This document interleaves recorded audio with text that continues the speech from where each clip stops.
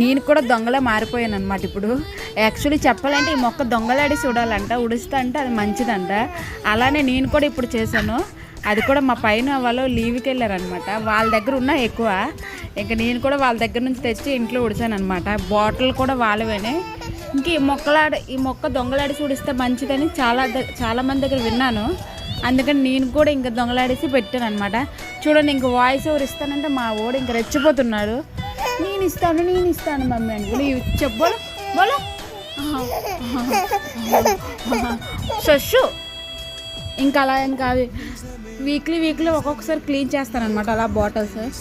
ఇంకా వీటికి పెయింటింగ్ వేద్దామని చూస్తున్నాను, చూడాలి. ఇంకా పెయింటింగ్ తెచ్చి ఇంక వేయాలన్నమాట. అంటే పెయింటింగ్ నీట్గా వేసి అలా డెకరేషన్ పెడదామని.